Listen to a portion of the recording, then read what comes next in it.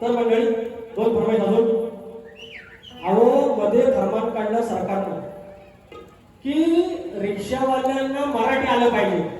हे तुम्ही कंटाळा थोडं थांबा. रिक्षावाल्यांना मराठी आलं पाहिजे आणि लगेच त्याला सरकारने थोडी पलटी मारली. सगळ्यांनी सपोर्ट केला होता की सगळ्यांना मराठी आलं पाहिजे रामसर. नाहीतर अर्ध भैया गेलं रिक्षा घेऊन युपीला.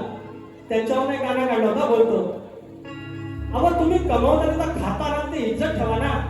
लेख सुखाचं नंदनवन लेख गारव्याचं चंदन. आदिश्री रणजित पुतेकर गाव साखर खेड तालुक्यातले 100 रुपये पारितोषिक. तर तुम्ही ज्या घरात आलात तुम्ही कमवता तुम्ही खाता आणि त्या ताटाला तुम्ही असं कसं त्या ताटात बाहेर करता. हा मराठी बोललं पाहिजे ना. मग काय म्हणतो, ह्या मराठी मुलगात राखायचा भाषेचा सन्मान.